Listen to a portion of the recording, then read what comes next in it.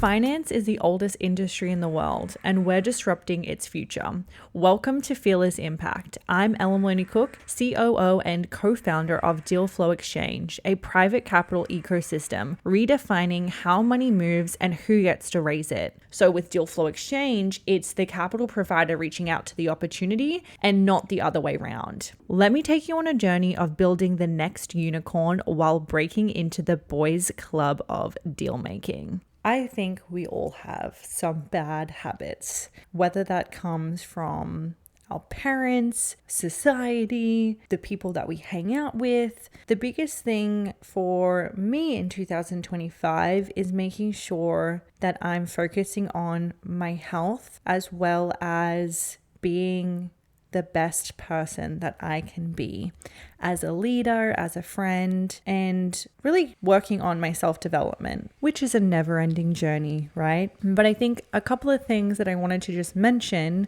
is I'm taking my biohacking to the next level this year, which I'm not an expert in this at all, but it's really the way that I think about it is biohacking my time to make sure that I can live longer by making simple changes, whether it's within my diet and how I eat foods. For example, I make sure that I have all of my fiber first, so all of my green veggies before I have protein, and then before I have sugar and starches and carbs. So it's just thinking about the order of which you eat. And then I found out recently about not drinking water while you're eating and the acids inside of your stomach. If you stop drinking water an hour or two before, it makes you be able to process food a lot easier. Now, you might be like, Ella, this is a weird episode. Why are you speaking about this? Because it all comes back to how I present myself at DFX is also how much I am working on myself, looking after myself to be the best leader I can be. And leadership coaching is someone that I really want to find the right mentor for myself in being in the COO role, and then also for our team in building the right culture and the right SOPs and the right communication. And I've always had mentors in most different parts of my life, kind of like coach, I would call, for looking after myself, my mental health, my exercise, and then just also keeping me grounded. I think that's really important, especially while everything is moving so quickly. I need someone that can really anchor me in on what is important in life. So coming back to the biohacking part, biohacking time. Another thing that I really want to be focusing on this year is actually walking while in meetings. I know I sit down a lot and that's not normal. Like, you take us back 100 years and our bodies, we were doing so much. So I think that's another part of like exercise is making sure that I do that with people. And I'm also getting my relationships and my communities. Like if I meet a girlfriend in Boston, which I'm moving to soon, I can hopefully go for a yoga class and really making sure that my community is on the same wavelength as me, because I am a grandma. I go to sleep so early and my focus is on building this unicorn company.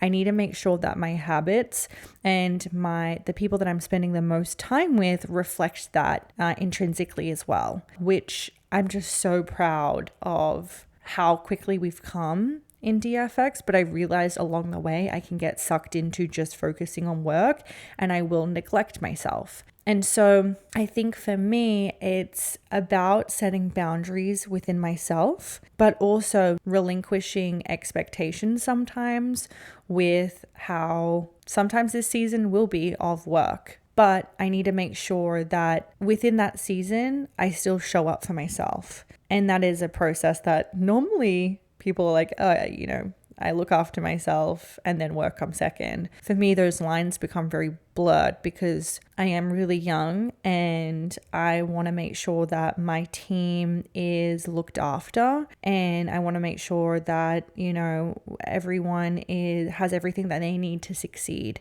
And I think because I'm so young, I think that I sometimes forget that I'm not going to have this body forever and that I am blessed right now. But in a couple of years, it might be a bit more downhill. So now once I'm settled in Boston, there really are no excuses. Right now, I've been spending time with family and really just building the back end operations for DFX. And I feel like within a month, I will be in a much better position with my team having the right communication internally, which is going to help me be able to manage things a lot more efficiently because we've just built out these processes literally this week. And so if any of this is resonating with you, just know that we all go through different seasons, whether that's focusing in our internal world or focusing on our new partner or your kids or whatever that looks like. But I think it's like being able to self-reflect and not becoming just like accepting of our unconscious patterns, because you can retrain your mind, you can rewire different thought patterns. And that's what I'm noticing about myself every time that I let any negative kind of thought dictate my mood. I try and come back and recenter myself and not let different perspectives make things bigger than what they are. Because really, we put the power into words, into thoughts. But then if you can come and look at it from a different lens or a different perspective, you can then center yourself and be like, that was just a passing thought. There is no ammunition behind or truth behind that thought. And then you can kind of be able to refocus. And I think that's the biggest thing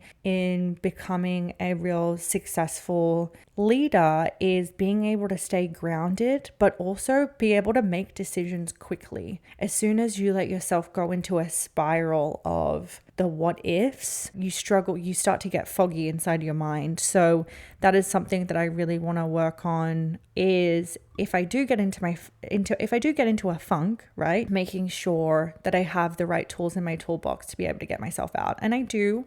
There's sometimes where I don't, but then it's also, as a woman, looking into your cycle and making sure that I'm planning meetings according to my cycle. And also I'm planning my workout schedules according to that. The other thing that I highly recommend, if no one has done this, is go and get your bloods done and get a naturopath to review it. So much clarity comes from knowing where you're at personally, because people can recommend all of these different diets, workouts, but if you're low in XYZ, then you're not going to have the energy and you're going to feel really fatigued. So making sure you understand where your body's at is super important. But then I also, like, for my team, I want to make sure that the women inside of our team understand that it's okay to have slower weeks around your period and then ramp up the next week because you have more energy, and really listening to your body and also your intuition. Jesse and I just had an incredible conversation with our potential director of engineering that's based in Boston. At the end, I was just saying, hey, we're willing to do whatever it takes to get you on board of DFX because we really feel like you were the right person for this role. And he said to me, he's actually French. And so he goes, I'm not sure if this is the right word you use in English, but I trust my intuition. And my intuition is telling me that this is the right fit and the next step for me inside of my career. And I'm willing to take a risk. And I thank you for also taking a risk on me. And kind of like, let's just make this happen. And so I think it's also in a biohacking sense, if we're too much in a rush, and I'm guilty as charged for always, go. But then I realize the more I can slow down, take a step back, and then really tune in on my intuition, it's never been wrong. It's never led me to the right place. And it's also that saying of like, what is for me will find me. I know that for certain. And I've never felt more in alignment with my whole entire life. And even though it feels very kind of like new right now, like moving to Boston, all of these big changes are happening, it feels so normalized because I've been working my whole life to get up to the point where I'm playing in the big leagues, and I finally feel like I'm there. So yeah, I wanted to just share with you the journey that I'm currently going on personally, but also inside of DFX. And I hope that gives you some ideas on how maybe you can biohack your life to be more efficient, but also to be healthier. Oh, and the other biggest thing for me is using blockout glasses for at nighttime with lights. So Dave Asprey has some incredible ones. And then also during the day using blue light lockout glasses. But these ones are like actually blackout glasses. So yeah, make sure to take good care of your damn self. And I will see you in the next episode. Thanks, guys. Yeah.